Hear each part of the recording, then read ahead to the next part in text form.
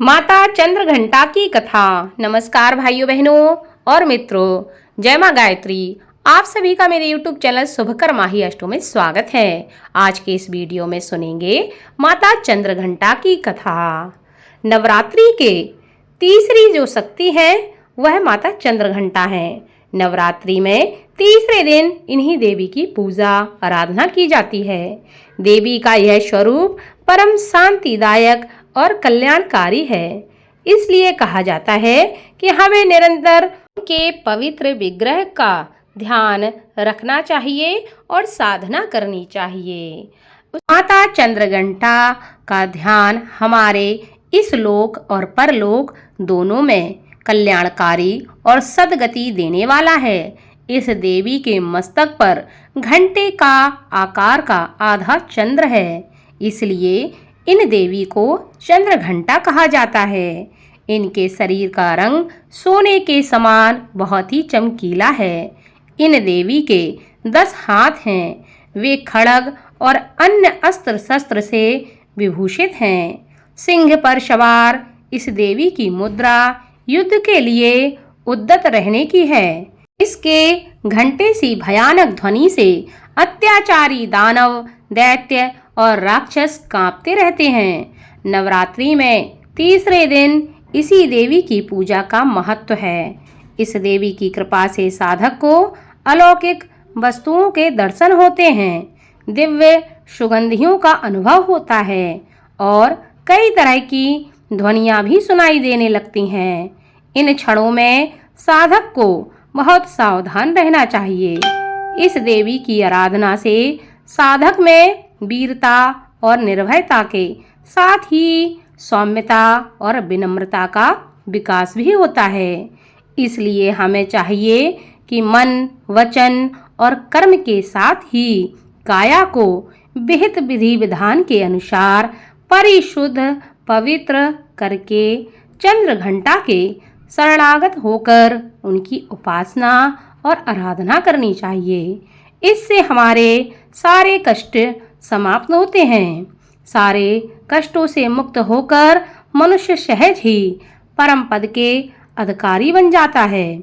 यह कल्याणकारी देवी चंद्रघंटा है। माता चंद्रघंटा को लाल रंग बहुत पसंद है, इसलिए इन्हें लाल रंग के वस्त्र पहनाने चाहिए। माता चंद्रघंटा का पसंदीदा फूल गुलाब और कमल है। माता चंद्रघंटा का पसंदीदा भोग दूध की खीर या दूध से बनी मिठाई है, इसलिए इन्हें दूध से बनी मिठाई का भोग लगाना चाहिए। माता चंद्रघंटा की कृपा प्राप्ति के लिए आज के दिन रात्रि के समय माँ का इस मंत्र का जप अवश्य करना चाहिए। अगर आप देवी चंद्रघंटा को प्रसन्न करना चाहते हैं तो उनके इस मंत्र का जप अवश्य करना चाहिए। ओम देवी चंद्रघंटाय नमः। ओम देवी चंद्रघंटाय नमः। पौराणिक कथाओं के अनुसार स्वर्ग पर राक्षसों का उपद्रव बढ़ने पर दुर्गा मैया ने चंद्रघंटा माता का रूप धारण किया था। महिषासुर नामक दैत्य ने सभी देवताओं को परेशान कर रखा था। महिषासुर स्वर्ग लोक पर अपना अधिकार जमाना चाहता था और सभी देवताओं से वह युद्ध कर रहा था। महिषासुर के आतंक से परेशान सभी देवता भगवान ब्रह्मा, विष्णु और महेश के पास जा पहुँचे। सभी देवताओं ने खुद पर आई विपदा का वर्णन त्रिदोष किया और मदद मांगी। देवताओं की विनती और असुरों का आतंक देखकर त्रिदेवों को बहुत गुस्सा आया। त्रिदेवों के क्रोध से एक ऊर्जा निकली। इसी ऊर्जा से माता चंद्रघंटा देवी अवतरित हुई। माता के अवतरित होने पर सभी देवताओं ने माता को उपहार दिए। माता चंद्रघंटा को भगवान शिव ने अपना त्रिशूल, श्री हरि नारायण ने अपना चक्र और सूर्य ने अपना तेज, तलवार, सिंह और इंद्र ने अपना घंटा माता को भेंट के रूप में दिया। अस्त्र शस्त्र शिशु सुशोभित माँ चंद्रघंटा ने महिषासुर का मर्दन करके स्वर्गलोक और सभी देवी देवताओं की रक्षा की और महिषासुर का वध किया। माता चंद्रघंटा बहुत ही दया की देवी हैं। जो भी भक्त अपनी परेशानी लेकर उनके शरणागत हो जाता है वह उनकी परेशानी को दूर कर देती हैं। जो भी मनुष्य इन नवरात्रि में उनकी कथा का श्रवण करता है और दूसरों को सुनाता है, सुनता है, उन पर माता चंद्रघंटा की कृपा हमेशा बनी रहती है।